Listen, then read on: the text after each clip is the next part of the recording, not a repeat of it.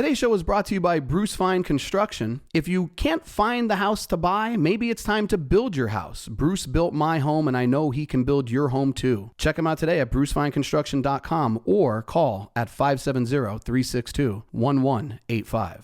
This episode is brought to you today by Whitehall Mortgage. Where there's a will, there's a Whitehall. Buying a home starts by getting a pre-approval, and nobody does it better than Doug in Dallas. Call them today at 570-562-7505 or apply online at whitehallmortgagefinancial.com. Hi, everybody. I'm Dave Wychuck. I'm the host of the Real Estate Right Now podcast, and I've got a pretty good episode on board today. And, you know, the real estate market has been changing quite a bit. There's been a lot of talk here over the last couple months about listing a house and things that you should and shouldn't do. And one question I get asked all the time, you know, in this new market is, you know, should sellers offer a commission to a buyer agent in this new market? And, you know, it comes from a couple different places, right, with the settlement and things like that that's going on. But I'm getting things said to me like, hey, now you don't have to pay a buyer agent. And the truth is, you never did have to. And people say, well, yeah, but now real estate commissions are negotiable. And the truth of the matter is they always were negotiable. You know, different states, all 50 states have different contracts, right? And the one thing that I will say about Pennsylvania, I think they did a great job with our contracts, making it very clear on the contract that commissions are negotiable. And you do have the opportunity to talk with your agent and come up with some commission structure that you think works best for you trying to sell your home. So, you know, the big thing, should I offer a compensation to a buyer's agent? Yes, I think you should. And you'll say, well, of course, Dave, you're going to say that you're a real estate broker. Why wouldn't you say that? Well, I'm going to tell you why I think it makes sense to offer a commission to a buyer agent. So first things first, I will say this. Many buyers, they want representation. They want to work with a realtor. Unfortunately, some of those buyers can't afford it. It's challenging to buy a house today. Prices have gone up more than ever before, faster than ever before. So buyers are already facing an uphill battle. They have to save money for their down payment. They have to save money for their closing costs. And now if they have to save money for a commission, it's going to eliminate some of them from being able to buy a house. And if you're listing your house for sale, the last thing you want to do is limit the buyer pool. The more people that can afford your house, and look, this is any sales, right? Not just real estate. The more people that can afford your product, the higher chances are you have at selling that product. So by paying a buyer agent or allowing a buyer agent to negotiate a commission with you, you are increasing the amount of people who can afford your house, which I think is a good thing. And you say, well, geez, you know, Dave, I don't really care about the buyers and their representation, but I'm here to tell you now, you absolutely should. Buyers with professional representation are likely better prepared and more serious. And that can lead to a smoother transaction with fewer issues during the sales process. They have access to the agent's network. You know, if you're working with a buyer and they're unrepresented and they might want to have a home inspection, you know, can they get it done in time? Are they hiring a home inspector that is someone that is trusted and has the reputation of doing a quality job?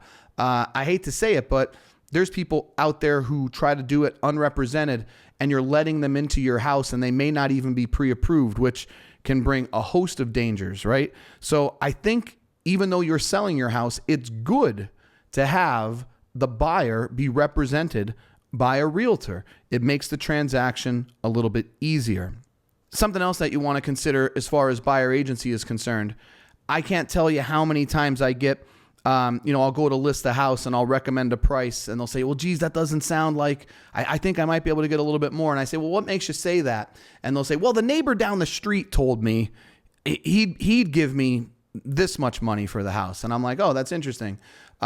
Because that guy could tell you anything, especially if he's not in the market for a house. I mean, so if someone says to you, oh, geez, that house, I'd give you $300,000 for it. And you're like, great. Would you like to give me the money? And they're like, well, I can't afford that. I don't have the money. I can't get pre-approved.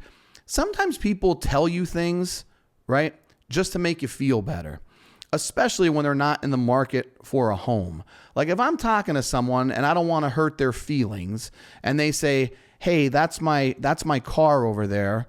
I think it's worth $10,000 and it might be worth $7,000, but I would say to them, yeah, absolutely. That car is worth $10,000 all the time because it's just easier for me to agree. Well, the same thing happens, when you're talking to people about a list price for your home. Well, the guy down the street says it's worth that much money. Well, is the guy down the street a realtor? Has he looked at the comps? Does he know what the neighborhood is selling for?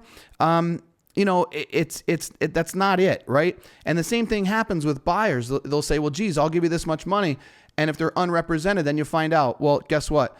I agreed to do a contract with this guy, and now all of a sudden they can't get a loan, or they don't have as much money as they said they would. And one thing I'll tell you, when you list your house and you put it under contract, one of the last things you want to have happen is for that deal to fall through. It almost stigmatizes the property of, well, there must be something wrong with it. And that's certainly something that I think you want to avoid. So if there's a buyer agent on the other side of that deal, you have a well-qualified, ready, willing, and able buyer, and those are the people seeing your house.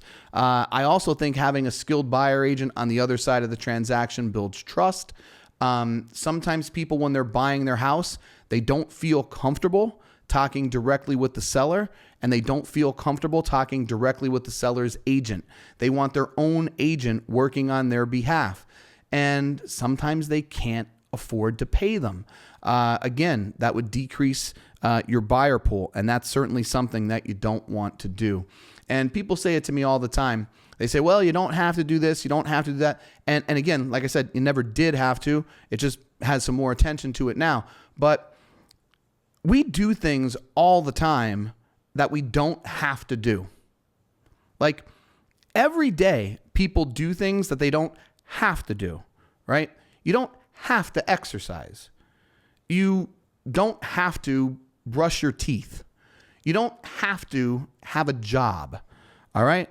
But you know what? If you do those things, it usually leads to a better outcome, right? It's good to exercise. It's good to brush your teeth. I mean, they're your billboard, right? Like if you're not taking care of these guys, where are we going? It's good to have a job, right? I also think it makes a lot of sense if you're selling your house, especially considering what has happened in the real estate market over the last 4 years. Home sellers now have more equity than ever before. Sometimes paying a buyer agent a small percentage can significantly increase what you actually sell your house for. So I see it all the time. People want to save 2% or 3% or 1% on commission, and they'll lose 5% or 10% on an offer. It just doesn't make sense. I still think it makes a lot of sense to offer a buyer side commission. I know myself personally, every seller that I list with, I encourage them to do it. So far, they all have. I think they will continue in the future. So much so that if a seller doesn't want to offer a buyer side commission, they probably don't get to work with me because I feel that strongly about it. So I do think it's a good idea. I do think it helps the real estate process go more smoothly, more efficiently. And at the end of the day, I think it results in a better sale for more money, which helps everybody. I'll talk to you again soon. Thanks for joining us for today's episode, everybody. If you want to hear more content, follow us at Real Estate Right Now Pod on YouTube. Once you're there, don't forget to subscribe and leave a review. And if you want to follow me directly, check me out. It's Dave Wychak at Facebook, LinkedIn, TikTok, Instagram, all the socials that you're already using.